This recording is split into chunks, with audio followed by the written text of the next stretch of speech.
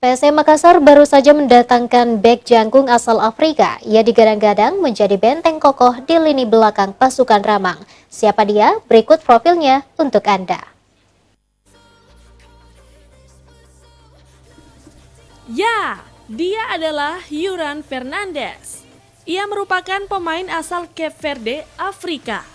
Bek tengah berusia 27 tahun ini sebelumnya berkarir di kompetisi sepak bola Portugal.